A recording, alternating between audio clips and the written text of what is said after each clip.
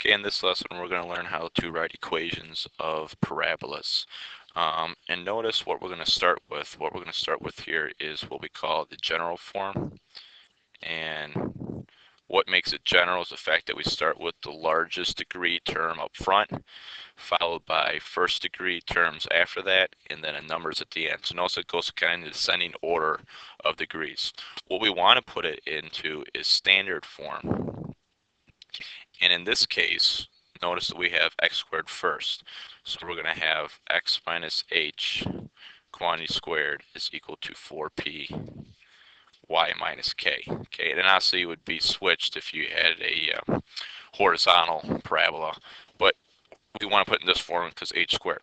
The reason why I put it in this form is now we can graph it. We have ourselves a vertex, we have ourselves a focal distance. So to do that, we have to follow these terms, and this is the objective of what we want to do today. We want to basically complete the square. So to do that, we have to first isolate the variables, and then finally clean it up and put it into the right form and the right pieces. So when I see this, I see the x squareds are first. So I'm going to put those two together on the same side, and I'm going to put all this other stuff on the other side of the equation. So I'm basically going to write x squared plus 6x plus blank, okay, equals, and then once I move things to the other side, it becomes positive y minus 16. Now again, if I add a blank to one side of the equation, and here's my equal sign, I'm going to add a blank to the other side of the equation. All right, so what number goes here? So again, you take the 6, cut it in half, and then you square both sides. And we have 9 over here. If we add 9 to one side, you have to add 9 to the other side to balance it out. So basically this side over here is done, and then we say, okay, equals y, and then negative 16 plus 9 becomes negative 7, okay? And notice now we have it in the right pieces here. Now I'm going to go clean it up. I'm going to put it in that form right there. So the only thing I'm going to do is x plus 3 squared is equal to, I'm going to show the 4p, which is technically 1. So, because there's no number in front of y, so I could show it like this. So again, if I see this and I want to pull out the information, what can I pull from this? I can say my starting point, my vertex is negative 3 comma 7. And then we could say that our p-value is 1 is equal to 4p, therefore 1/4 is equal to p. So again, we can kind of get the proper information from that graph, and that's the form we want to put it into. Let's take a look at a couple more examples. So notice in this one here, we have a y squared. So again, I wanted to make sure it looks like this. Y minus k quantity squared equals 4p, and then x minus h. Okay, so that's what we want to get into. So again, I'm going to get those two together on the same side, and then I'm going to put the rest of this stuff over here on this side equation. So I'm basically going to have y squared minus 4y plus blank is equal to, again, positive 2x minus 6 plus blank. Okay, now I'm going to go ahead and finish up this side, take 4, cut it in half, and then square it. And when I do that, I get a 4 in this blank, so you add a 4 in this blank. Then we have 2x minus 2, okay? Now the difference here is, notice over here the 4p is on the outside parentheses and the x is by itself. We have this 2 in the way, so I'm going to go ahead and continue it over here. And I'm going to show it as y minus 2 quantity squared. I'm going to factor out a 2 and leave it as x minus 1. So this way we have a vertex of 1 comma 2, and then we have a 4p that is equal to 2, and then p is equal to 1/2. So we can get that information, but notice we factored out a 2 this time. Okay, let's move on to example number 2. So again, I'm going to get my x squareds together and move the other stuff to our side equation. So I'm going to write, now when I do this, notice we have a 2 in front. So I'm going to factor out a 2 at the same time. So we have x squared minus 6x plus blank. Now I'm only doing it for the x's. Everything else on our side doesn't get factored out. So I'm just going to put negative 8y minus 26 when I move it to the other side. Again, plus a blank. Now notice when I put this next step in, The 2 stays there.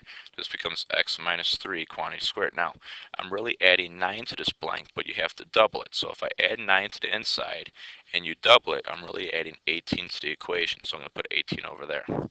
So we're going to write negative 8y. Let's go ahead and clean this up. And that's a difference of, what's that, negative 8. Okay. So then, again, we see that negative 8. We need to factor it out. So I'm going to put, whoops, let's get our pen back. 2 parentheses x minus 3. This side doesn't change. Equals, take out a negative 8, and we're left with y. Again, switch the signs, plus 1. So again, what is our pertinent information here? We have 3 comma negative 1 as our vertex, and then we have negative 8 is equal to 4p, therefore negative 2 is equal to p. So that's the information we want to pull from this graph. Okay, so again, let me highlight what our final product should look like. So we have this element here, it's the answer for that one. And over here, we have this element here is the answer for this one here, okay? Now, the last thing I want to take a look at in this lesson is this last example down here. And what we're going to do is we're going to write the equation based on the information given. So what the information they give us? They give us a focus of 2, 6 and a vertex of 2, 3. So the first thing I want to do is basically sketch a graph of what this looks like.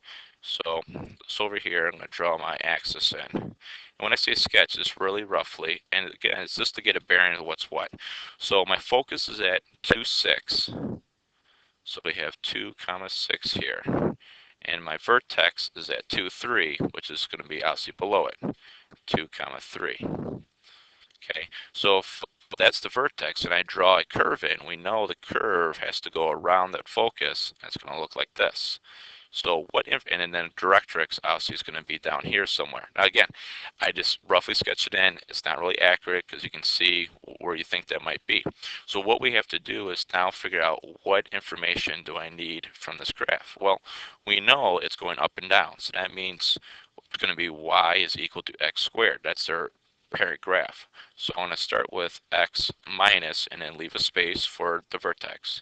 Squared is equal to 4p times y minus k. Okay, so let's go ahead and plug in the points that we know. We know that our vertex is 2, 3. 2 goes in for the x spot, 3 goes in for the y spot.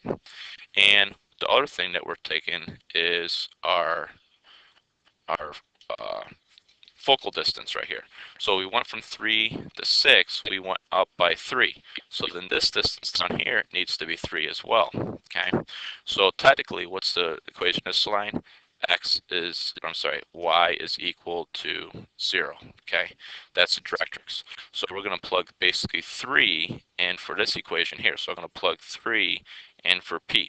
And our final product is going to look like x minus 2 quantity squared is equal to 12, 4 times 3, and y minus 3.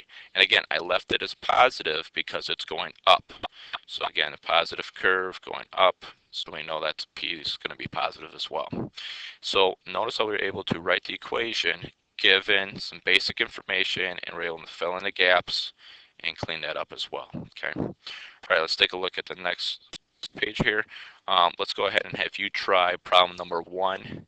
And again, I just want to have you put it into standard form.